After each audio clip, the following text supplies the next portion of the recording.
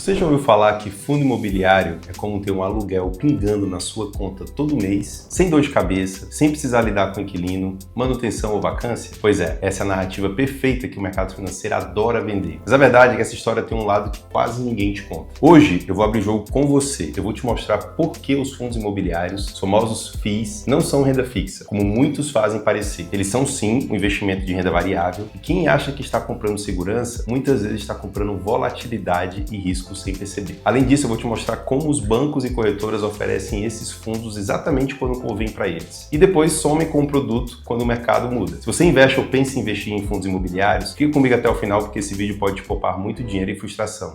E não esquece de seguir aqui o canal, de dar o like nesse vídeo e compartilhar com quem você acha que pode se beneficiar com o assunto.